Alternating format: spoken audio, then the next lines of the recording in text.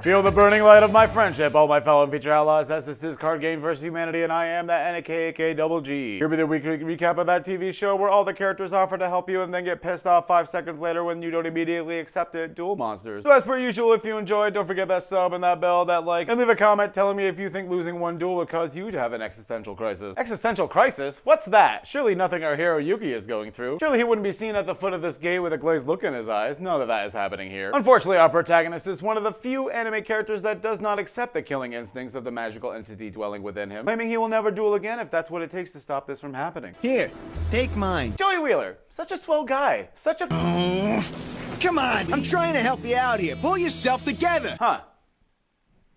He's gonna make a great father. 2 large melons attached to a blonde wig appear, asking Yugi and his friends why they're just standing outside of the gate if they already have enough star champs to enter. One of the few times they have a valid reason to just be standing around doing nothing. We head back to Kaiba, who is menacingly walking into Pegasus' castle, determined to rescue his little brother. To which Pegasus gives him a toast for his efforts in defeating Yugi by raising this glass of fruit juice. It's definitely not alcoholic, don't you dare ever think otherwise, into the air. My Valentine claims that losing one duel is not the end of the world, a lesson she learned about, 2 days ago, so clearly she's a master of the situation. Offering her starships to Yugi, she then says the same thing Konami says to themselves every time they release Forbidden Droplet into a new set. I'm being kind, not stupid. Even Mai's large balloons are not enough to break Yugi from his near-death experience. So of course this kind gesture will do the trick. Such a nice girl. Such a... Huh.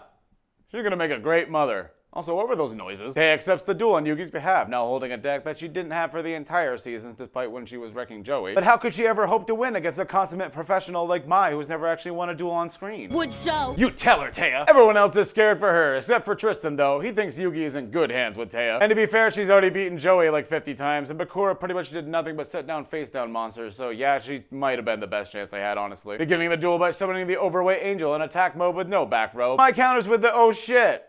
It's a harpy lady. Did you see that coming? She does inflict 700 points of damage, though. I love how Taya was wrecking Joey in duels in the first episode and has seen like 50 others since then. Yet somehow is still going ee and ooh and ah when Maya's attacking as if she doesn't know what's happening and then just lets the angel die. Taya summons the fairy's gift, but wait, crap, what's this Wabaku card do again? I know I just challenged a Duelist Kingdom finalist to a duel and I should probably know what cards are in my deck, but I really want to know what this card does right now. She sets it face down anyways without remembering what it does and then begins her attack on the Harpy Lady. But don't worry, Maya cheats and activates the Rose Whip magic card, destroying Fairy's gift and taking down Taya's life points even further. Too late to call off my fairy's attack now. I just have to hope for the best. Bitch, she had lower attack points and you said nothing else to help the situation. I don't know what you were hoping for. Face down again? I hate it when she does that. I don't. Yugi still has no freaking clue what's going on, but luckily we have Bakura here to explain the very advanced tactic of setting a weaker monster with a back row as bait, even though she just cheated anyways. This is the start of some friendship rant, just save it. I've heard all your lame speeches before. Wow. I honestly thought Little Kurama just made that shit up himself, but they actually say friendship speeches in the show.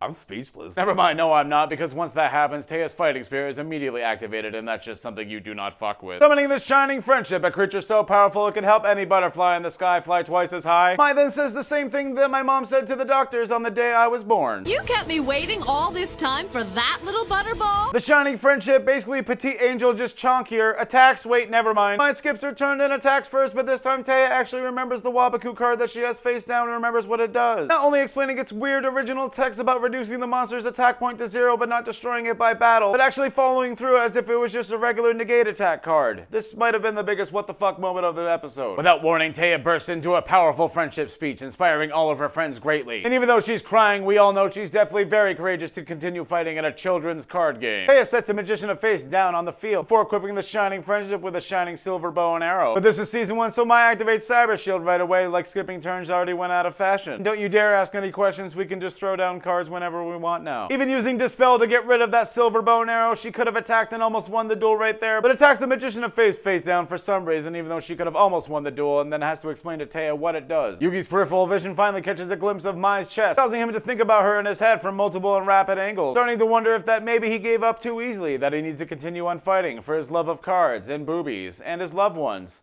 but mostly the boobs. Well, for Yugi it might be cards. Something that's living inside of you. What do you do then? Well, if all of anime has taught us anything, you take that shit for yourself and you rule with an iron fist. Taya draws the Elf's Light card, an equip card that apparently changes the form of the monster you give it to, or Shining Friendship just really needed a diet. Combining it with a silver bow and arrow and Dispel Magic card on the Cyber Harpy to successfully destroy it. Mai realizes that if she continues this duel, she'll have to hear another friendship speech, so she gives up immediately. Harpy's Feather Duster. No, how the fuck were you able to see that card? You spend the entire episode not able to see a goddamn thing, and you expect me to believe that you knew what card that was gonna be. That somehow you saw it upwards from a 143-degree angle when it was lifted up maybe an inch into the air. No, I refuse. Get the fuck out. Taya gets really excited thinking she won this duel for real because she's such a smart person. As Mai hands over the promised star chips instead of asking Yugi how the hell he knew what card she had. The episode ends with Mai saying the one thing that all true duelists will never learn. Some cards just aren't worth playing. Well, that's it for this week's episode. I want to thank you all for watching. If you enjoyed, don't forget that sub and that bell and that like, and leave a comment telling me if you know you have a card in your deck that you know you should take out. But you just love it. Tune in next week where we get to see weird cartoon-like monsters inside of a cartoon TV show. Trust me, there's layers. And of course, a shout out to all my patrons. If you're feeling so lonely that you feel you need a friendship speech, I can direct you to my new friend here. His name is Pornhub. This has been the man from Earth with all the girls, ladies and gentlemen. 25 episodes deep, rolling strong. Almost at 250 subs. I want to thank you all again. See you next time. Mai realizes that if she continues this duel, she'll have to hear another friendship split. I know it just challenged a duel. Surely he wouldn't be seen sitting at the foot of this gate with a glazed look at his eye. Surely he wouldn't be seen at the.